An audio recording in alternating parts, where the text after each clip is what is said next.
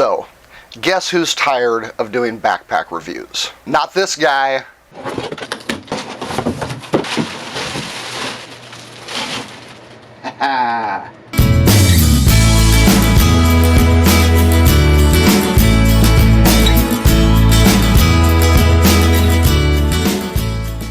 Hey, I'm Doug. Welcome to Camino 2020, a section of my channel dedicated to my preparations for walking the Camino de Santiago in Spain. If you are into the Camino de Santiago or just hiking and gear reviews in general, click subscribe to the channel. If you've been following along at home, you know that I have had quite a bit of drama concerning my backpack choice. I'm starting to feel like a professional backpack reviewer, only without the professional part. But I think I'm getting pretty close to the end, and after spending about half a day at REI, I have finally narrowed it down to a couple final backpacks, one of which is the Osprey Atmos 50. Now, I already knew about the Atmos 50 from previous Camino pilgrims, through hikers that I've been watching on YouTube, but I hadn't really given it that much thought because I was kind of obsessed with the weight of the backpacks that I was looking at, most of which came in around the 2.5 pound mark.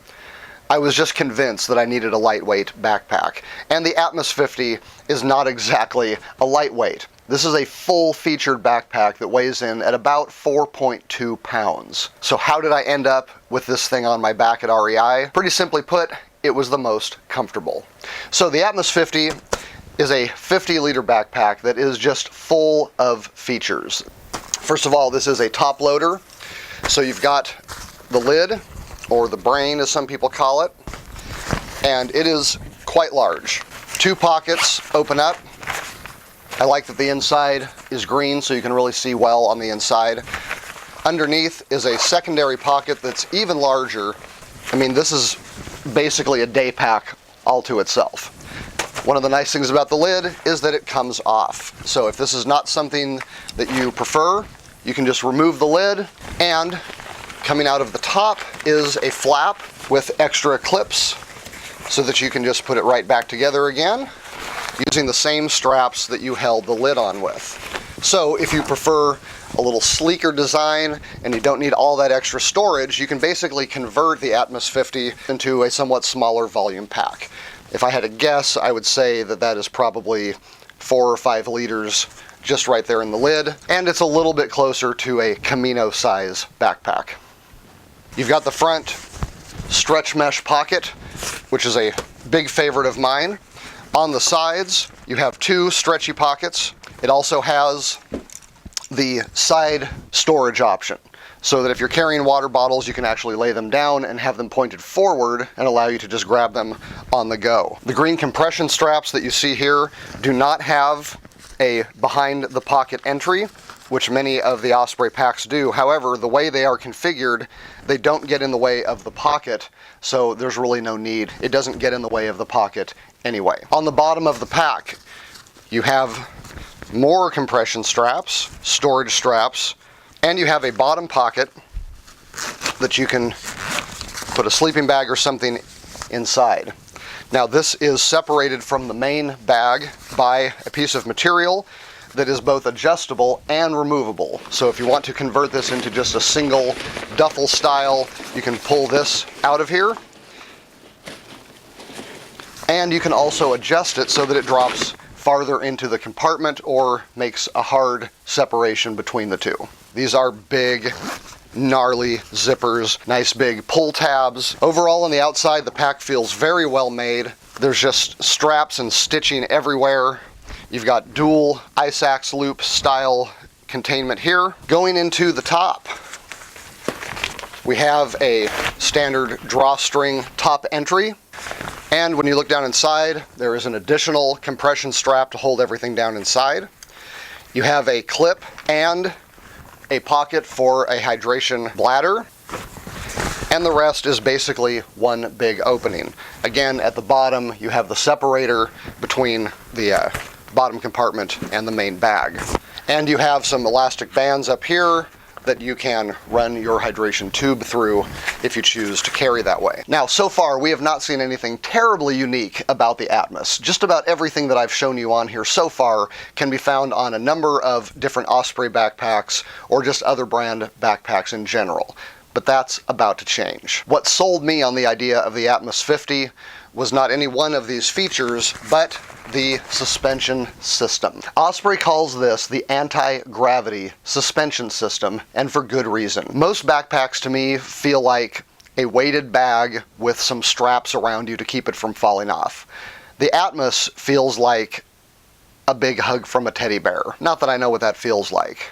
To get the obvious out of the way, you do have the trampoline mesh background, which I personally am just completely sold on.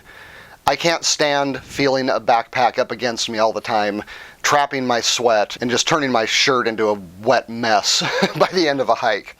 So I love the airflow that you get with the trampoline mesh. It's very comfortable. You've got big, squishy shoulder pads that are also ventilated. You've got the standard load lifters, sternum strap with whistle, and the hip belt with dual pockets, full-size zippers, really great for storing small things. But what really makes this suspension system different is that this mesh that goes along the back continues as one piece of material into the hip belt. In fact, it actually makes it somewhat difficult to pull the hip belt apart because this entire piece is stretching as you do so. What is the point of that? Well, when you have the backpack on, what this does is it distributes the weight all the way down your back across your hips in a way that is difficult to describe if you just haven't tried it yourself. Instead of loading up the hip belt, it just loads the entire system up in a way that literally feels like it's floating. Hence the term anti-gravity. In fact, this anti-gravity system is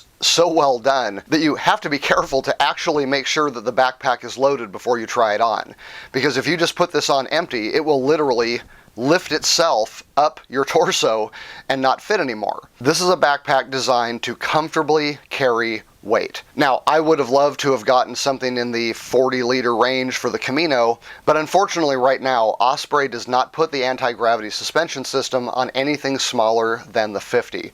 But again, if you take the lid off and work your compression straps, you're looking at something that's probably in the 45-liter range anyway, only now you've got a suspension system that can carry probably 2 or 3 times as much as you will need on the Camino. The suspension system on the Atmos is also adjustable, and you can really dial this in because the Atmos comes in 3 different sizes instead of just 2. You have a small, a medium, and a large, and every single one of those has several inches of adjustment within itself. You do have an adjustable belt. Both of these pull out and adjust for waist size. It also comes with Osprey's Stow and Go trekking pole system, which allows you to carry trekking poles in a kind of quick release scabbard if you don't want them in your hands at any point. So that is basically the pack. That is the Osprey Atmos 50 AG, the anti-gravity version of the pack. Runs about $240. So hopefully soon I will get this out on the trail and let you know what I think about it in the real world. Alright, I hope this video has been informative to you, that it has helped you with your gear choices for the Camino and beyond. If it has, please consider subscribing to the channel, give the video a like, and until next time, I'm Doug. Buen Camino.